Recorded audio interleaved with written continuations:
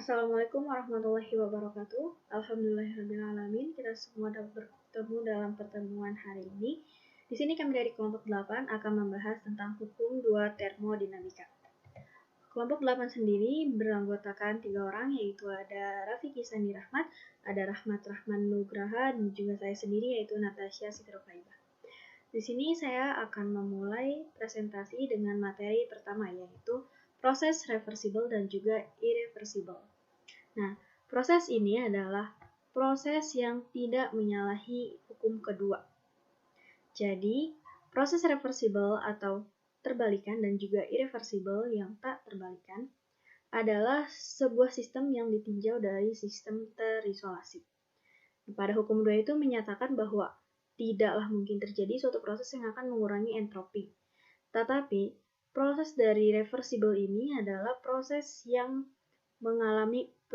tidak mengalami perubahan entropi. Lalu, sebaliknya, pada proses yang mengalami perubahan entropi, itu adalah proses dari reversible. Nah, jadi reversible itu tidak menghasilkan entropi. Nah, proses reversible ini juga adalah sebuah proses yang dengan satu perubahan diferensial di dalam lingkungan dapat dibuat menelusuri kembali lintasan pada proses tersebut. Nah, jadi sebenarnya pada praktiknya itu semua proses adalah irreversible. Nah, proses-proses yang irreversible ini adalah proses yang berlangsung secara alami. Kenapa proses ini disebut sebagai proses yang alami? Karena pada proses reversible itu, proses nyatanya itu berlangsung secara spontan di alam, tanpa harus ada usaha dari luar sistem untuk melangsungkannya. Nah, sesuai namanya juga, proses ini berlangsung satu arah dengan keadaannya tidak setimbang yang menuju ke setimbangan gitu, atau menuju ke keadaan seimbang. Nah, proses reversible dan juga irreversible ini ditemukan oleh Barthelot. Nah, pada bagi reaksi kimia yang spontan atau terjadi secara alami pada tahun 1879.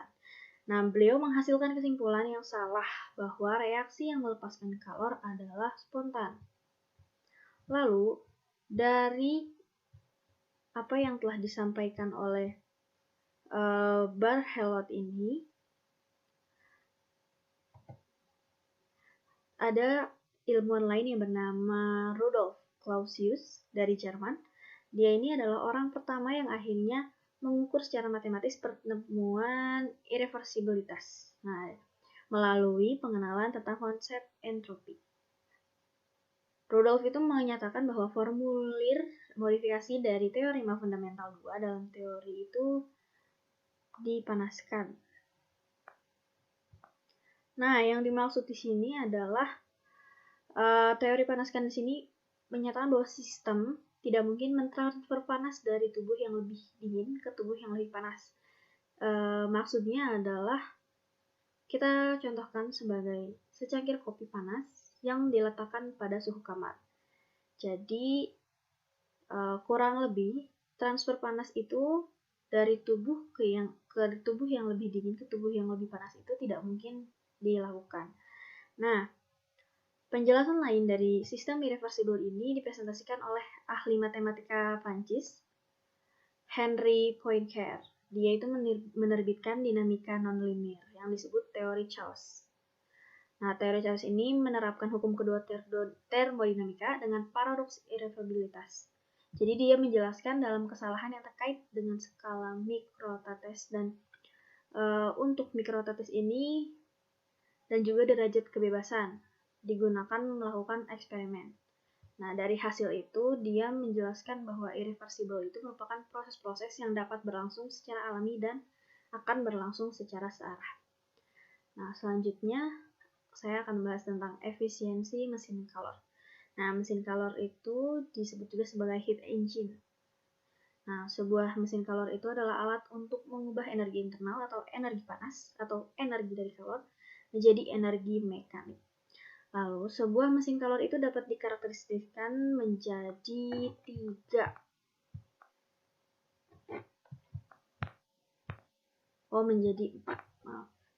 Nah, di mana yang pertama ada mesin kalor menerima panas dari source bertemperatur tinggi. Nah, yang dimaksud bertemperatur tinggi di sini itu adalah seperti matahari, reaktor nuklir, dan juga sebagainya, dan juga semacam itu.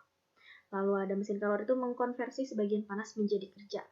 Nah, di mana di sini itu umumnya dalam bentuk poros yang berputar. Lalu, mesin kalor membuang sisa panas ke sink bertemperatur rendah. Lalu yang terakhir itu ada mesin kalor itu beroperasi dalam sebuah siklus. Nah, di sini ada efisiensi thermal atau thermal efficiency. Nah, thermal efficiency sendiri itu adalah sebuah mesin panas yang didefinisikan sebagai rasio antara kerja yang dihasilkan sistem dengan kalor, nah yang masuk ke dalam sistem. Dan nilainya itu selalu kurang dari 100. Mengapa nilai ini kurang dari 100? Nilai ini memang tidak akan mencapai 100 karena ini telah disampaikan oleh Kevin Planck. Di mana Kevin Planck di sini menyatakan bahwa tidak mungkin membuat mesin dengan efisiensi 100%. Pernyataannya ini adalah tidak mungkin untuk sebuah alat atau mesin beroperasi dalam sebuah siklus yang menerima panas dari sebuah reservoir tunggal dan memproduksi sejumlah kerja bersih. Nah, yang dimaksud di sini itu adalah hanya diperuntukkan untuk mesin kalor. Nah, ini juga diartikan sebagai sebuah mesin atau alat yang bekerja dalam siklus menerima panas dari reservoir yang bertemperatur tinggi atau dari yang panas, dan mengubah panas tersebut seluruh menjadi kerja bersih. Nah, atau kata lain juga, memang sebuah mesin kalor itu tidak mempunyai efisiensi 100%. Seperti itu. Jadi, nilainya selalu kurang dari 100%. Satuannya itu adalah energi dan diukur dalam satuan joule. Nah, penerapan hukum ini adalah satu siklus penuh, mengingat bahwa tidak ada perubahan energi internal. Karena keadaan awalnya sama keadaan akhirnya itu sama. Nah, hanya itu saja yang dapat saya sampaikan. Untuk selanjutnya akan dilanjutkan oleh teman-teman, oleh rekan-rekan yang lain. Terima kasih. Materi yang selanjutnya yaitu prinsip kerja mesin kalor, mesin uap, mesin Stirling, dan mesin pendingin. Yang pertama yaitu mesin kalor.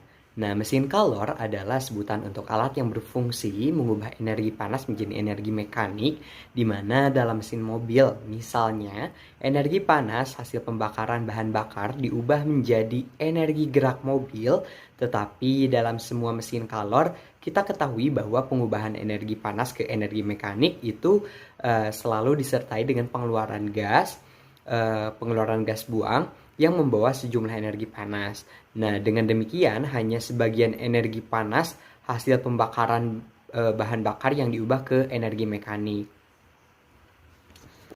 Sejumlah mesin kalor membawa sejumlah fluida kerja melalui suatu proses siklus di mana kalor itu diserap dari sebuah sumber suhu tinggi, meningkatkan energi dalam mesin. Yang kedua itu mengubah sebagian energi dalam ini ke usaha mekanik. Dan yang ketiga yaitu membuang energi sisa sebagai kalor ke sebuah sumber suhu rendah. Nah, selanjutnya proses pengubahan kalor itu menjadi usaha mekanis. Dalam hal ini, sistem yang melakukan usaha mekanis dibikin menjadi berinteraksi dengan temperatur bersuhu panas atau sumber yang panas, di mana ini dapat memindahkan kalornya. Kalau besarnya kalor yang diserap dari sumber panas itu ke dalam sistem ditandai dengan QH, misalnya sebagai serapan kalor ini sistem melakukan usaha yang ditandai W1. Nah, usaha ini dihasilkan dari proses ekspansi gas dalam sistem mekanis yang ditinjau. Setelah usaha dihasilkan, sistem yang bersangkutan lalu berintegrasi dengan sistem lingkungannya yang bersuhu rendah. Akibatnya, terjadi pembuangan kalor ke arah lingkungan yang lebih rendah suhunya. Nah, namanya kalor yang terbuang itu dengan dua, yaitu mesin uap. Nah, mesin uap ini adalah sebuah mesin di mana mesin ini menggunakan energi panas dalam uap air dan mengubahnya menjadi energi mekanis. Mesin uap yang digunakan dalam pompa, lokomotif, dan kapal laut dan sangat penting dalam revolusi industri. Mesin uap merupakan sebuah mesin di mana pembakaran eksternal dengan cairan yang terpisah dari hasil pembakaran, dan sumber panas yang dapat digunakan yaitu tenaga surya, tenaga nuklir, atau tenaga panas bumi. Dan jika uap berkembang melalui piston atau turbin akan menyebabkan kerja mekanik. Sebagai contoh, di dalam silinder mesin uap terdapat piston di mana itu mempunyai piston rod yang dihubungkan dengan crosshead yang berada di luar silinder. Nah, crosshead yang dihubungkan oleh connecting rod dengan crankshaft tidak tampak pada gambar. Nah, sehingga apabila piston bergerak kian kemari, maka crankshaft dapat berputar. Dan slide valve yang mempunyai valve rod digerakkan oleh crankshaft melalui ekstensi, sehingga slide valve dapat bergerak kian kemari, di mana sambil membuka dan menutup dua buah lubang uap yang berhubungan dengan silinder. Valve box di mana slide valve berada mempunyai dua saluran. Nah, saluran pemasukan yang dihubungkan dengan boiler untuk menyalurkan uap dengan tekanan tinggi atau warna merah, dan saluran pembuangan yang dihubungkan dengan cerobong untuk membuang uap bekas yang berwarna biru. Nah, selanjutnya pada waktu piston mencapai posisi paling kiri, maka slide valve akan membuka lubang uap silinder bagian kiri sehingga uap dari boiler dapat masuk ke dalam silinder pada bagian kiri dan dari piston dan mendorong piston ke kanan. Dan sementara itu lubang uap sebelah kanan dihubungkan dengan saluran pembuangan sehingga uap bekas dapat terbuang keluar melalui cerobong. Dan sebelum akhir langkah piston, lubang uap tersebut sudah ditutup oleh slide valve sehingga pasokan uap terhenti. Namun piston tetap bergerak ke kanan karena ekspansi dari uap. Dan pada waktu piston mencapai posisi paling kanan, maka slide valve akan membuka lubang uap silinder bagian kanan sehingga uap dari boiler dapat masuk ke dalam silinder pada bagian kanan piston dan mendorong piston ke kiri. Sementara itu, lubang uap sebelah kiri dihubungkan dengan saluran pembuangan sehingga uap bekas dapat terbuang melalui cerobong. Dan sebelum akhir langkah piston, lubang uap tersebut sudah ditutup oleh slide valve sehingga pasokan uap terhenti, namun piston tetap bergerak ke kanan karena ekspansi dari uap. Nah, karena crosshead dan crankshaft dihubungkan oleh connecting rod, maka gerakan kian kemari dari piston tersebut akan diubah menjadi gerakan putaran dari crankshaft. Demikian selama ada pasokan uap dari boiler juga, maka mesin uap akan merubah menjadi tenaga mekanis dengan gerakan putaran dari crankshaft.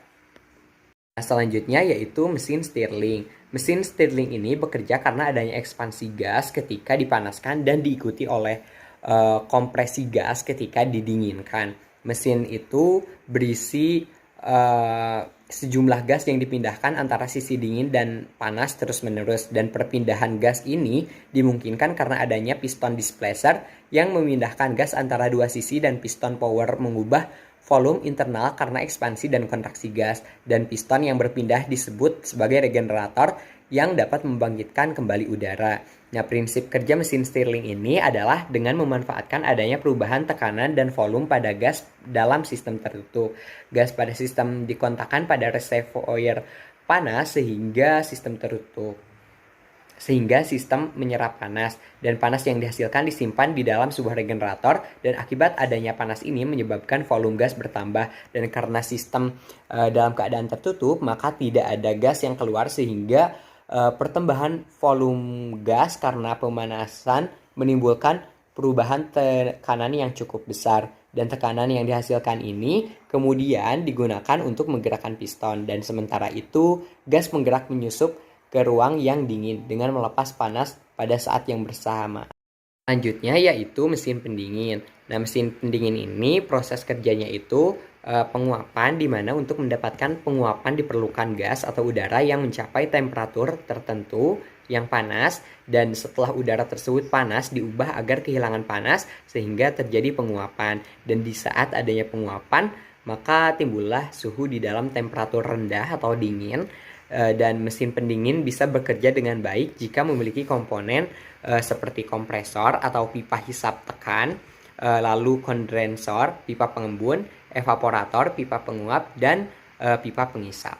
Materi selanjutnya yaitu hukum 2 termodinamika, perumusan Kelvin Planck dan Clausius. Hukum termodinamika kedua menyatakan bahwa kondisi-kondisi alam selalu mengarah kepada ketidakaturan dan hilangnya informasi. Hukum ini juga dikenal sebagai hukum entropi. Entropi adalah selang ketidakteraturan dalam suatu sistem. Entropi sistem meningkat ketika suatu keadaan yang teratur, tersusun, dan terencana menjadi lebih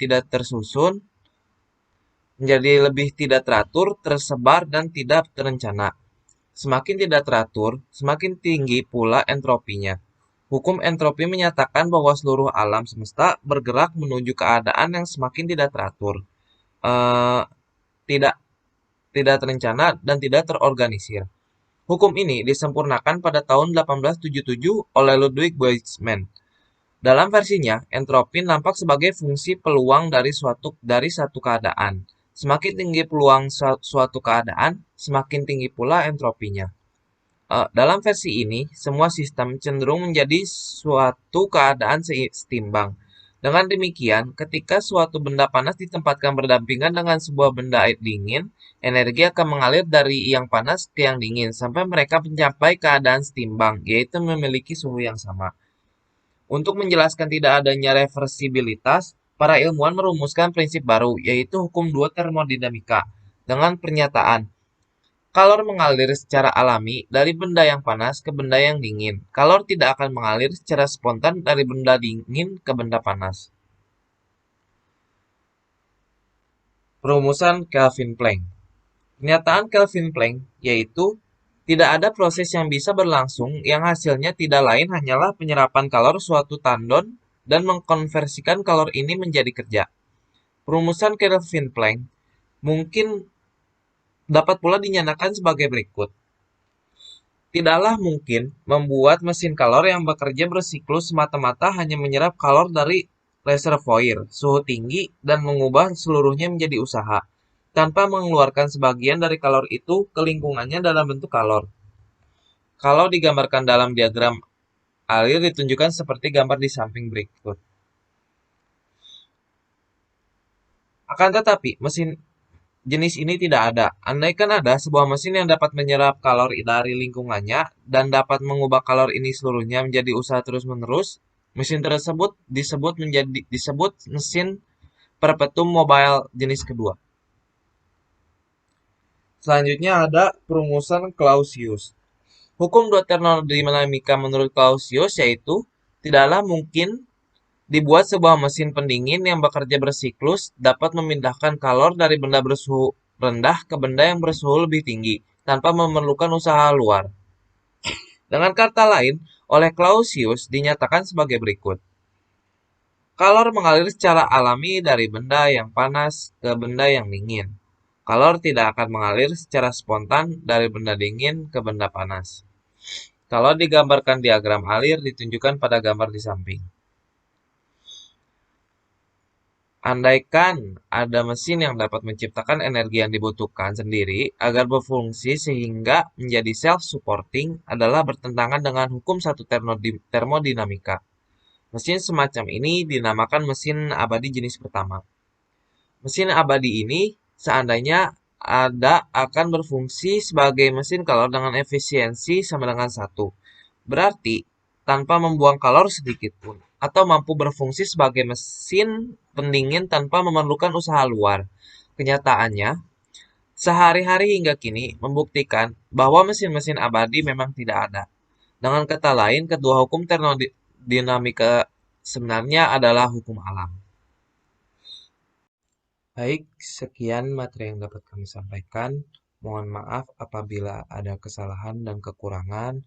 Semoga ilmu yang kami berikan dapat bermanfaat bagi kita semua. Terima kasih atas perhatiannya. Wassalamualaikum warahmatullahi wabarakatuh.